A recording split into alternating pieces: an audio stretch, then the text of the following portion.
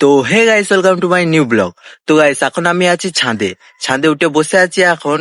আর এখানে প্রচুর হাওয়া দিচ্ছে, ফুরফুর করে হাওয়া দিচ্ছে দেখো। আর এখন বাজে 10টা বাজছে, কিন্তু রোদটা দিয়েছে যা, হাতটা রোদে দিলে না মনে হচ্ছে পুড়ে যাচ্ছে হাতটা। কি বলবো, এত রোদের তাপ এখন।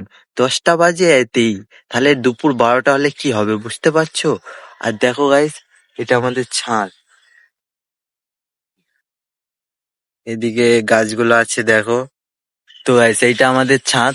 আর আমাদের বাড়ি মাঠের ধারে। দেখো পুরো মাঠ বাই মাঠ, মাঠের ধারেই ছাদ বাড়ি।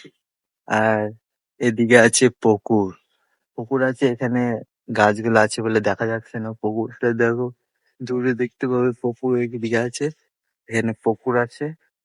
আর এটা ছাদ আমাদের। এখন আমি নিচে যাব, এখন প্রচুর রোদ দিয়েছে। এখানটা বসেছিলাম, এখানটা আর ছিয়া থাকবে না, আর কিছুক্ষণ পরে এখানটায় ছিয়া থাকবে না। তো নিচে যাব এখন, চলো।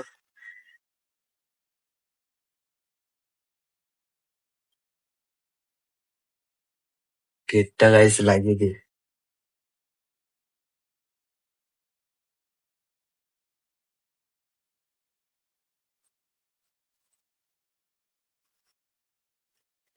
তো গাইস, এটা আমাদের ঘর। একদিন ঘরের ট্যুর দেখাবো। গাইস, তোমাদেরকে একটা জিনিস দেখাবো, আমার মা বানিয়েছে। তারা গেটটা লাগায় গাইস, এখানে দেখো গাইস, আমার মা উনুন বানিয়েছে।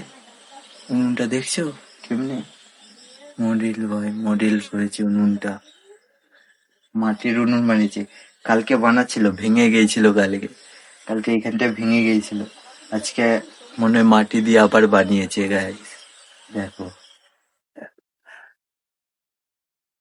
তো গাইস, এখন প্রচুর রোদ দিয়েছে দেখো।